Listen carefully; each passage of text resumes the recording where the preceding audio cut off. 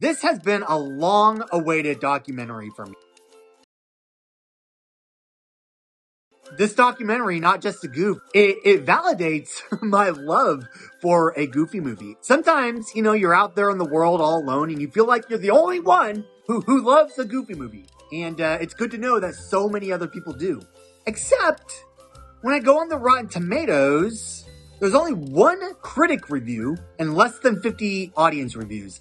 Watch this documentary. It is really a good documentary. My heart was full the entire time. So let's roast the people who watched Not Just a Goof.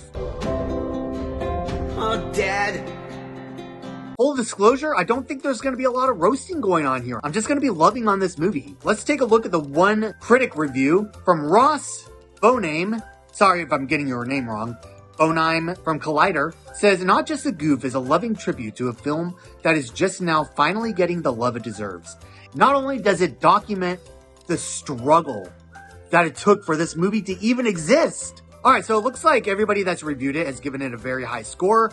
There's no surprise there. It's not even a question of, am I going to like this or not? It is a very charming documentary. Probably my favorite documentary I've seen in a long time. Trust me, I've been watching a lot of documentaries lately, and this one is going to stand out for me for a very long time. We have Mason T, 5 stars, says, truly inspiring. What an incredible film and heartwarming story. Skyro P gives it 4.5 stars. The documentary beautifully illustrates how a Goofy movie has resonated with audiences over the years, transforming it into a cherished classic. Viewers can immerse themselves in the journey of each character as the creators recount the story's evolution and the obstacles they overcame along the way. I found this documentary to be truly remarkable, easily becoming one of my favorite in recent memory. Oh, I just said that. I highly recommend checking it out on Disney Plus for a deeper appreciation of this iconic film. Very well said, Skyro P. Alright, Andrew P gives Not Just a Goof 5 stars, says, a must-watch for any fan of a Goofy movie. An amazing look at a film that almost didn't make it. A true love letter to the creative team and the fan base. Jacob Sieg is at 3.5 stars, still not bad, says, this Not Just a Goof documentary dives into the making of a Goofy movie, exploring its dialogue, animation, music, and production. I found the documentary well crafted and enjoyable, with the added animation elements being both creative and engaging. Many documentaries, if they don't have a lot of footage on the events that they are documenting, they have to find some creative outlet to visually show the story as they carry you through.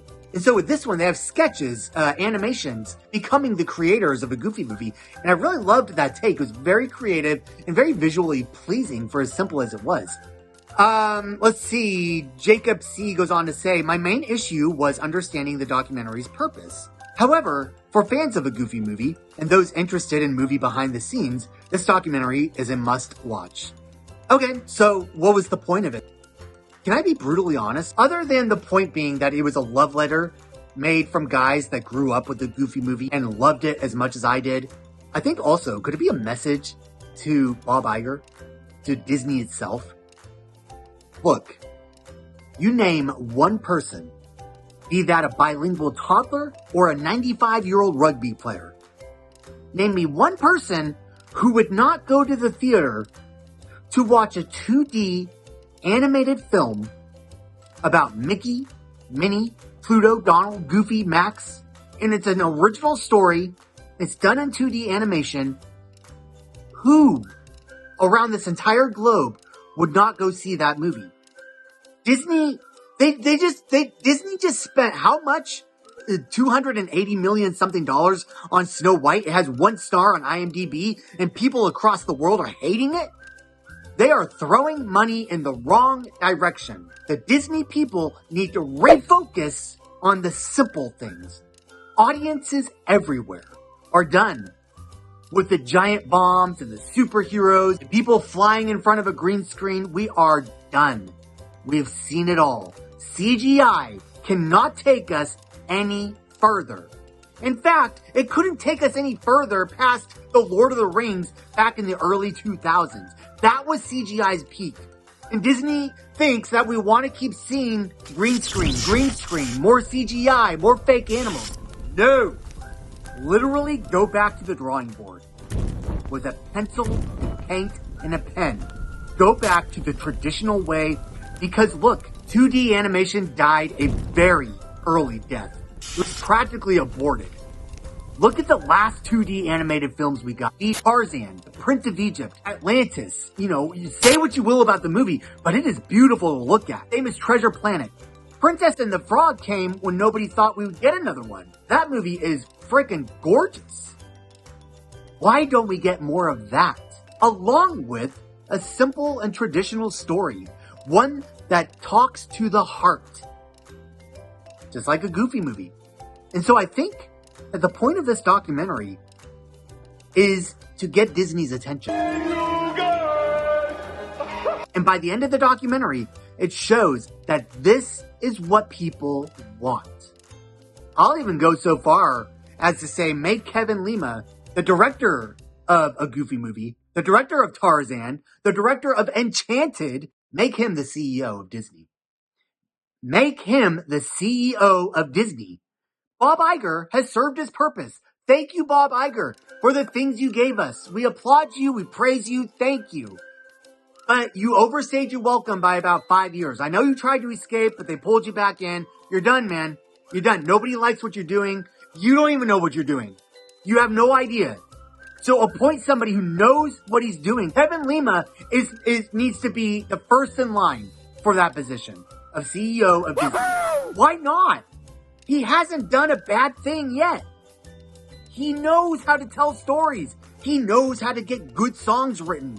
If anything, put him and his team in charge of making a Mickey movie. You have the resources. You have the money. Just do it.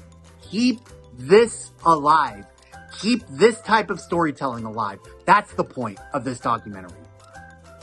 Andrew T. gives it 5 stars, says, check out my review of this documentary and the video where I roast the critics. Hey, that's me. Where I roast the critics who hate a Goofy movie on my YouTube channel. Roast the critics. So here's my review of oh crap, I did a typo. I have to roast myself. What are you, of a stupid mind? Now, in all fairness, in my defense, I'm running a YouTube channel here. I'm trying to get it off the ground.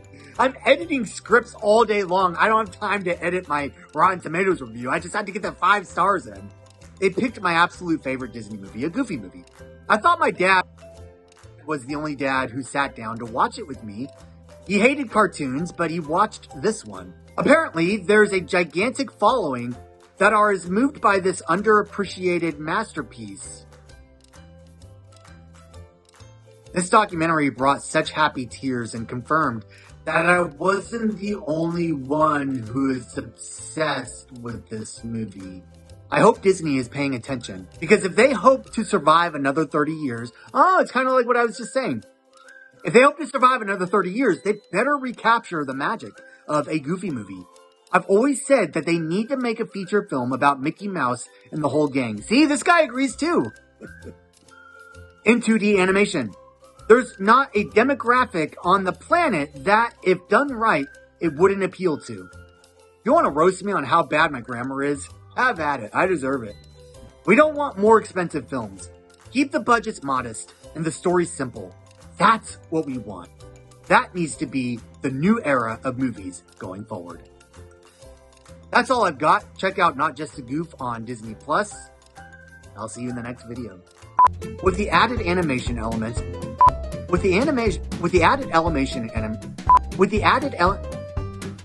stupid now talk.